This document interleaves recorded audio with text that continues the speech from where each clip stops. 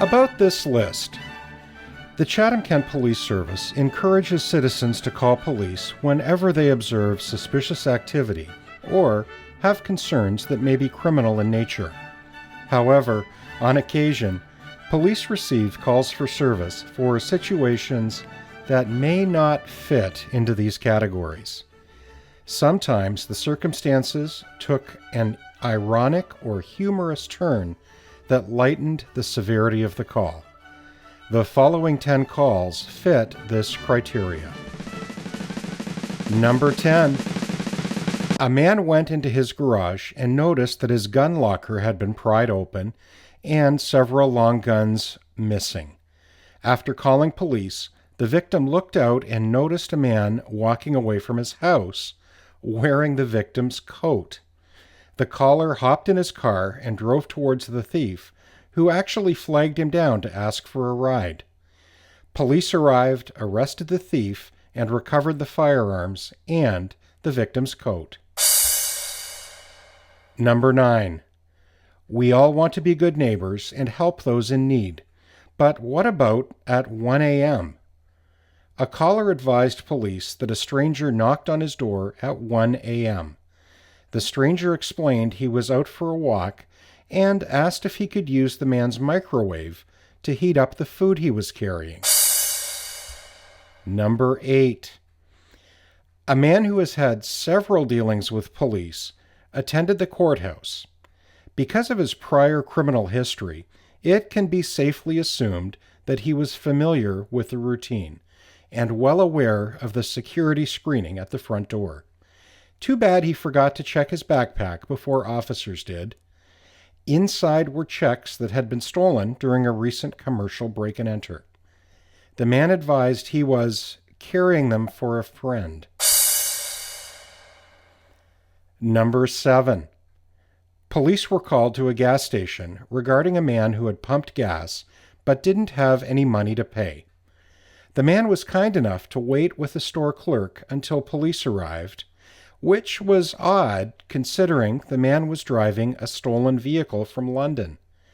Perhaps the man wanted to ensure the vehicle was returned back to the rightful owner with a full tank of gas. Number 6.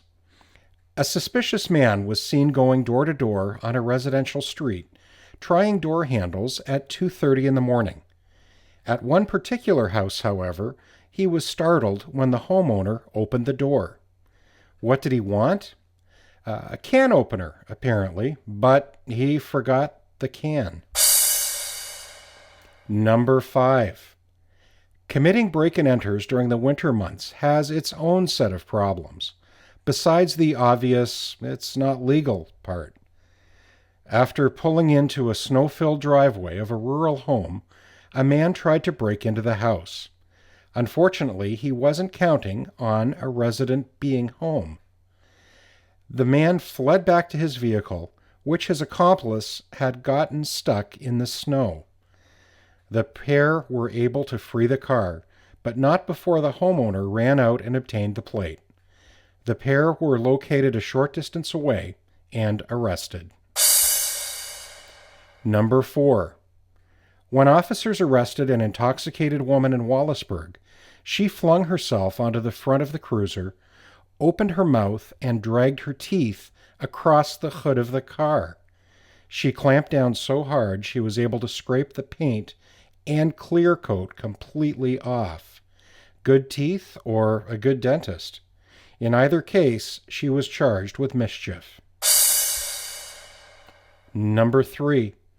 Police were called about a suspicious person who was loitering outside a business in Chatham, asking passers-by for cigarettes. The person was wearing a dark coat and scarf across their face. When asked to identify themselves, a high-pitched voice provided a female's name. They had even stuffed their coat to appear to have womanly curves. However, when the scarf was removed, the apparent woman had a thick, bushy mustache. The man was well known to police and known to use aliases. However, this was the first female name he had tried. Perhaps because he was out past his court-ordered curfew? Number 2. Parishioners had a special treat one Sunday morning when a man wandered into the church during service, walked directly to the piano, sat down, and began playing a jazzy rendition of Happy Birthday. He was asked to leave. Officers found him in the back of the church and, after a scuffle, were able to cuff him. He was charged with disturbing a religious service. And now, number 1. Imagine the surprise of a business owner when he arrived at work first thing in the morning to find a naked man wandering around inside. Police attended, and after viewing the surveillance video, the events of the night were revealed. Turns out the man was initially clothed when he entered an insecure door and waited patiently in front of the "Wait to be seated" sign for 20 minutes. When he got no service, the man went to the bar and appeared to be engaged in a lengthy and animated conversation with a bartender who was not there. And he ate appetizers from a non-existent plate. Then the party really got underway as the man was seen engaging in an interpretive chicken dance, during which he eventually stripped down to his birthday suit, which is the state he was in when the business owner and police arrived. There was nothing stolen, but a great party was had for one.